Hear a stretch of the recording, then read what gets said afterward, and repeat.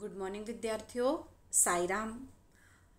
आज हम फिर अपने हिंदी लोक भारती कक्षा 10वीं को लेकर यहाँ उपस्थित हुए हैं। बच्चों, उम्मीद है आपकी परीक्षाएं बहुत अच्छे से गई होंगी। यूनिट टेस्ट था, तो चलिए आज हम आगे की पढ़ाई की शुरुआत करते हैं।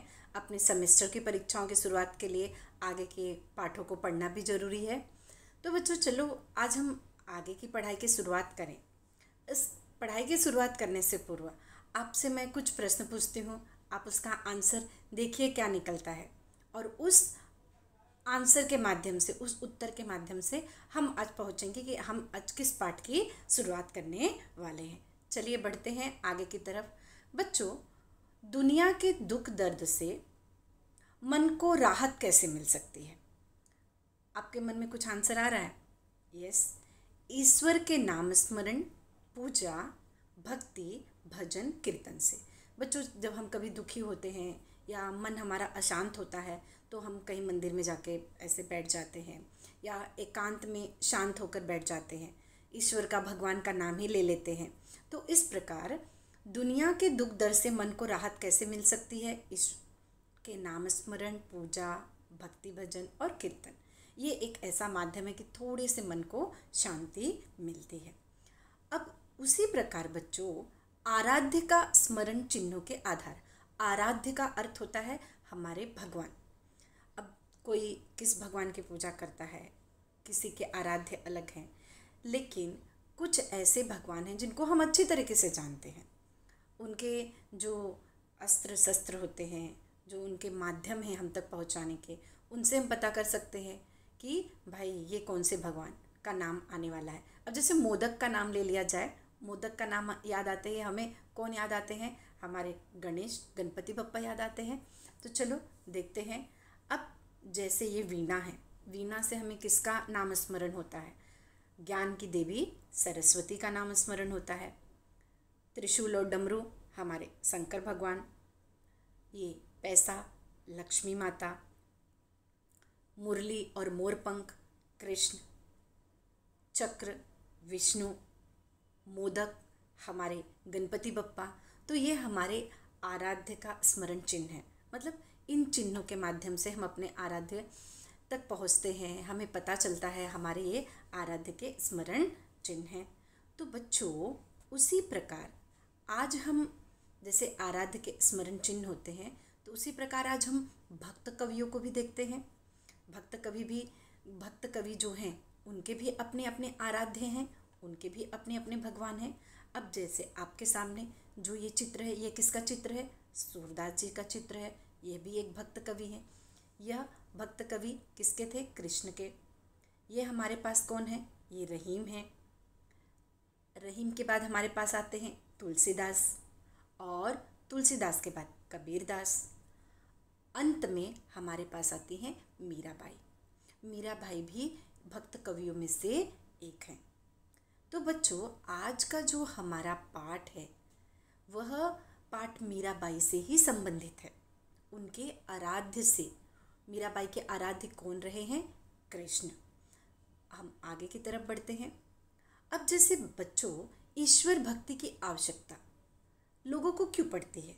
क्योंकि ईश्वर से जुड़ना, मन की शांति का अनुभव करना, सगुण निर्गुण भक्ति उपासना। बच्चों, सगुण निर्गुण भक्ति उपासना का अर्थ होता है किसी के भगवान सगुण साकार रूप में होते हैं, किसी के निर्गुण निराकार रूप में होते हैं। जैसे आपके पास है, कोई निराकार राम की भक्ति करता है तो कोई राम की मूर्ति पूजा की भक्ति में डूब जाता है, तो कोई कृष्ण की भक्ति की धारा में लीन होता है। तो इस प्रकार भक्ति की जो आवश्यकता है, सबके अपने अलग अलग रूप से होती है, लेकिन सब किसकी भक्ति करते हैं? अपने ईश्वर की ही भक्ति करते हैं। उसी प्रकार आज हमारे पास जो आगे का पाठ है, इन पंक्तियों से देखो। माखन चोर वो नंद किशोर, कर गयो दिल की चोरी रे, सुध बिसरा गयो मोरे। ठीक है, तो ये नाम माखन चोर का नाम लिया तो हमें तुरंत किसका याद आता है? हमें कृष्ण भगवान का याद आता है। और कृष्ण भगवान के भक्तों में कौन रहे हैं? हमारे संत। ये जो दिख रहा है चित्र, ये हमारे संत सूरदास जी हैं। सूरदास जी भी जो कृष्ण की बाल लीलाओं का बहुत ही सुंदर तरीके से उन्होंने वर्णन किया है। तो एक भक्त कवि कौन हो गए? हमारे सूरदास हो गए।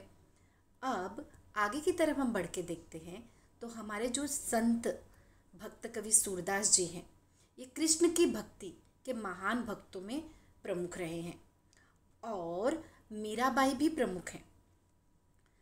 सबसे बड़ी बात यह है कि सूरदास जी कृष्ण के बाल रूप का वर्णन करते हैं और मीराबाई ने कृष्ण को प्रेम के रूप में पूजा है और उन्हें अपनी प्रेमी के रूप में चाहा है। तो आज जो हमारा पाठ है गिरधर नागर, क्या नाम है? गिरधर नागर, जो लिखा किसने है? स्वयं मीराबाई ने लिखा है। कविता 6 गिरधर नागर, जिसमें कृष्ण के जैसे अलग अलग रूप होते हैं। कृष्ण के रूप नटखट बालक, यशोदा के दुलारे, गोपियों को सताने वाले, कान्हा दूध दही माखन चुराने वाले, माखन चोर, मुरली बजाने वाले, मुरलीधर, गोवर्धन पर्वत उठाने वाले, गायों के पालक, राधा के प्रिय और मीरा के आराध्य। मतलब मीरा के ये आराध्य है, मीरा के ये भगवान है। तो मीराबाई ने यहाँ पर गिरधर नागर कविता के माध्यम से हमें अपने आराध्य कृष्ण की जो प्रेम पूर्वक उन्होंने भक्ति की है उसके बारे में यहाँ पर उन्होंने लिखा है और हमें बताया है। तो चलिए हम अपनी मीराबाई की जानकारी लेते हैं। हमारा जो पाठ है गिरधर नागर, उसे लिखा किसने है? मीराबाई ने। इनकी मृत्यु गुजरात द्वारका में हुई। इनके गुरु कौन हैं? इनके गुरु रैदास जी हैं। तो बच्चों, हमारे जो मीराबाई के पद हैं उन पदों में वास्तव में क्या बताया गया है और जो हमारी मीराबाई जी हैं वह कैसे भक्त थी। बचपन से ही कृष्ण भक्ति में लीन थी।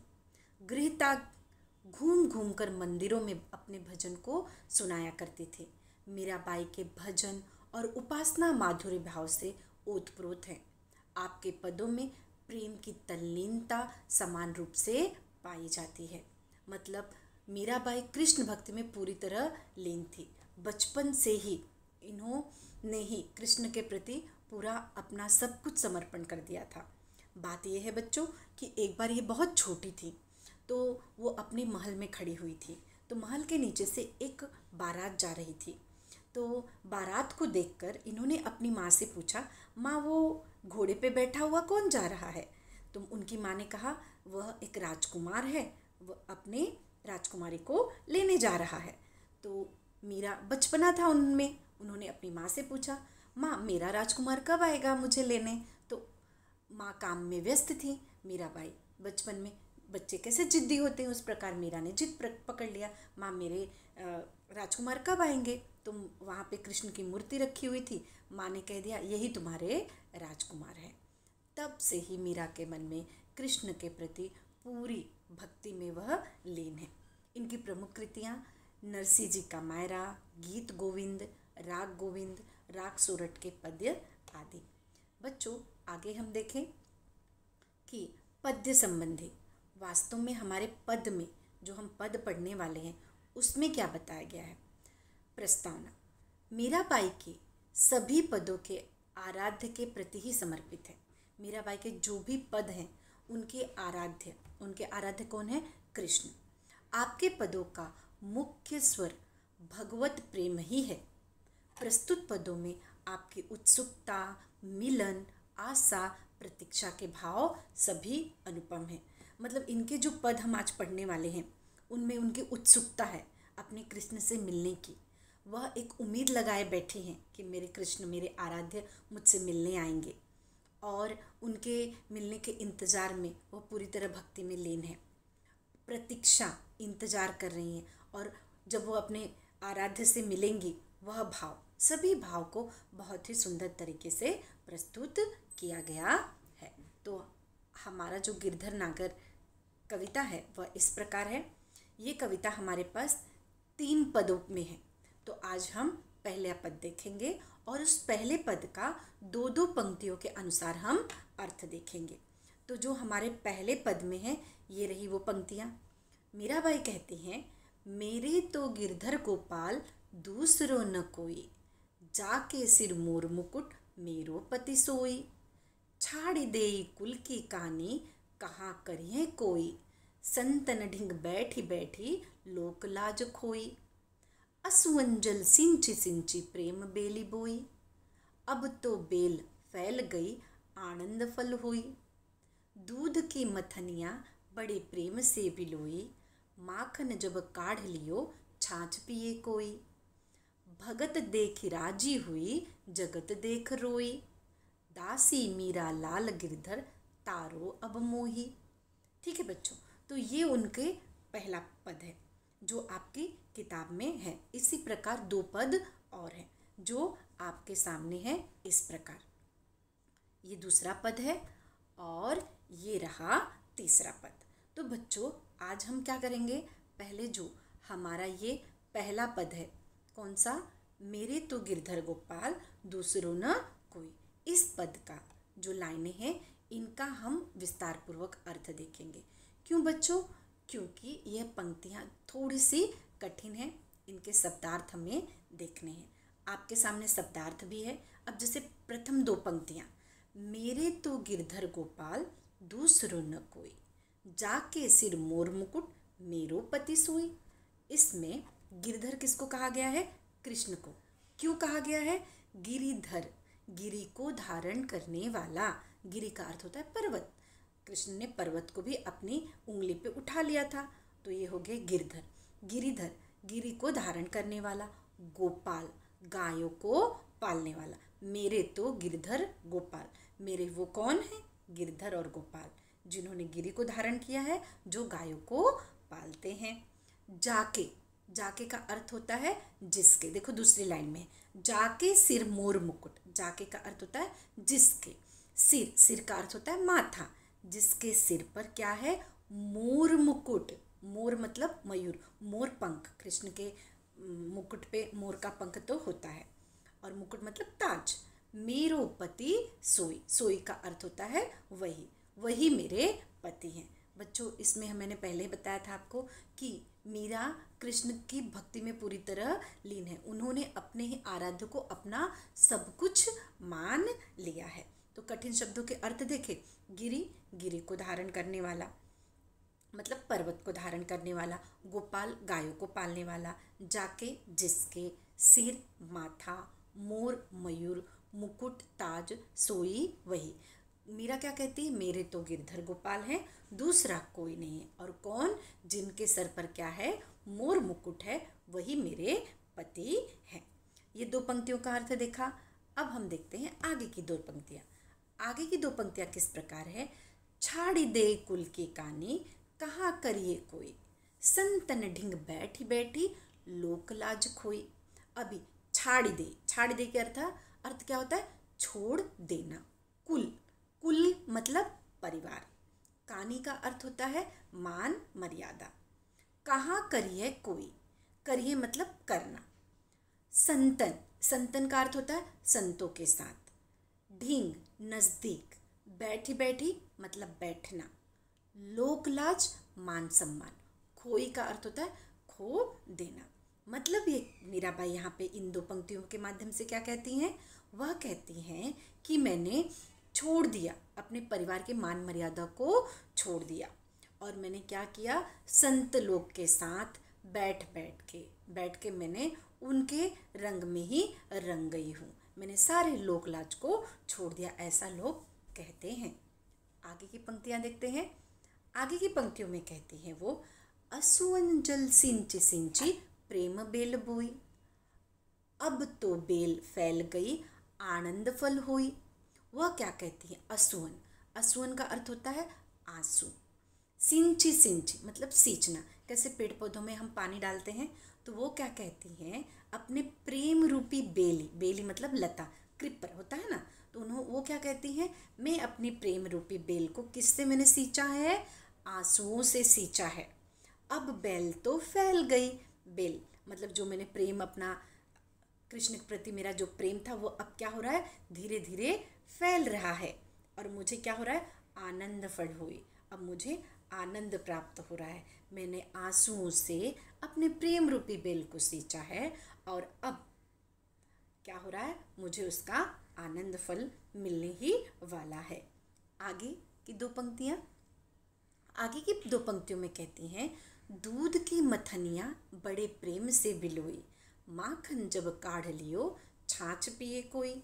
दूध की मथनियाँ, इसका अर्थ, मथनियाँ मतलब मथनी। देखो आपके सामने एक छोटा सा पिक्चर है, मतलब जिससे दही को मथा जाता है और मक्खन अलग निकाला जाता है। बिलोई मतलब बिलोना, निकालना। माखन का मतलब मक्खन, काढ़ी मतलब निकाल लेना। तो ये क्या कहती हैं कि मैंने दूध की मथनियाँ बड़े प्रेम से बिलोई है, बड़े प्यार से मैंने मक्खन को बिलोया है, मक्खन निकाला है। माखन जब काढ़ लियो छाछ पिए कोई, मैंने माखन, प्रेम रूपी माखन को निकाल लिया है। कृष्ण भक्ति में लीन होकर मैंने मेरे भक्ति को, माखन रूपी प्रेम भक्ति को अपना लिया है और छाछ दो लोगों के लिए छोड़ दिया है। छाछ पिए कोई, उससे मुझे कोई मतलब नहीं है। ठीक है, अब आगे वह क्या कहती है, भगत देख राजी हुई जगत देख रोई, दासी मीरा लाल गिरधर तारो अब मोही। अब यहाँ क्या कहती है, भगत, भगत का अर्थ होता है भक्त। भक्त को देखकर, देखी मतलब देखकर, राजी, राजी मतलब प्रसन्न या खुश। रोई, रोई का अर्थ होता है रोना या दुखी होना। दासी सेविका, तारो रक्षा करो, मोही मेरी।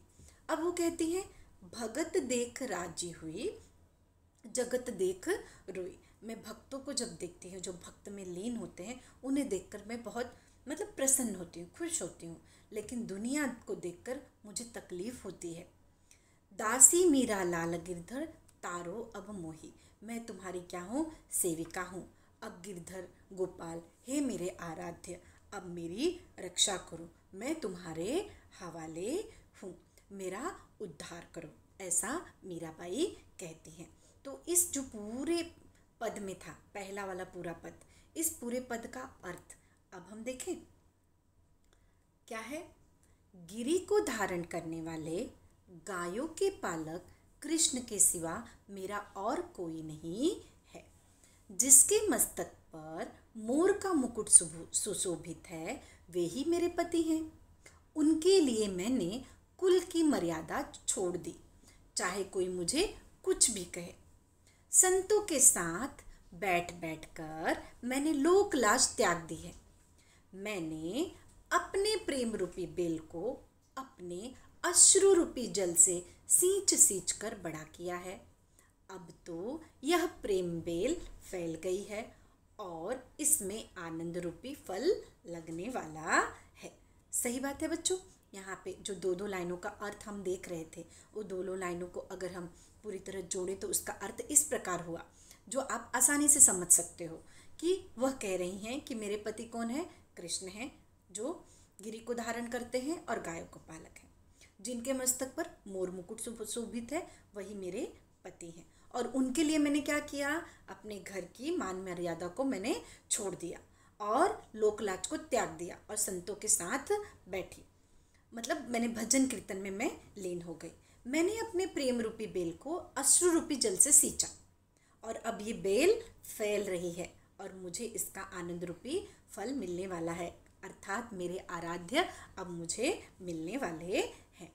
आगे इसका अर्थ क्या है, मैंने दूध जमाने के पात्र में जमे दही को मथाने से बड़े प्रेम से बिलोया है और उसमें से कृष्ण प्रेम रूपी मक्खन को निकाल लिया है।